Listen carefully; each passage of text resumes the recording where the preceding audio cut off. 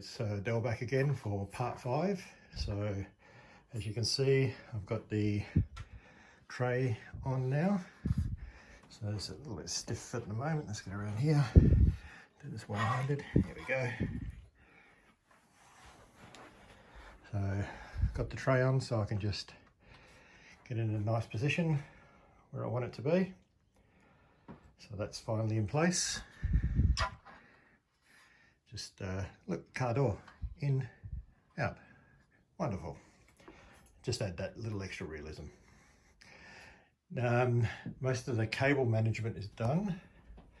So as you can see, if I can get around here, oops, and fall over, all the cables here are all going down into one of these cable manager pipes, and then the Ethernet cables coming down into a separate pipe. So they go right down to the floor, and then all the other cables meet up inside here.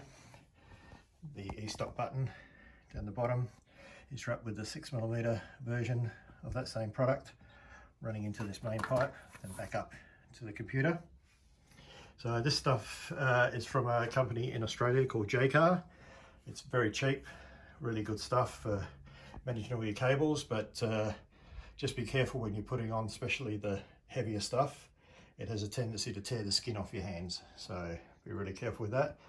The other thing I've used is the same thing that I've got strapped to this computer. It's a product from, again, another Australian company, Bunnings, and it's comes in a roll. It's just a Velcro, but a really good Velcro. It's really strong, as you can see. It's called Hooks, and I'll show you the packet. That's it there. This is great stuff because it comes in a nice roll, which you can just cut off what you need. It's really good stuff. So that's what I've been using to take care of the cable management. So the Hooks is from Bunnings, the cable managing pipes are from, or flexible pipes are from Jaycar. I'm sure you can get them at different places around the world. So we're so close, I can smell it.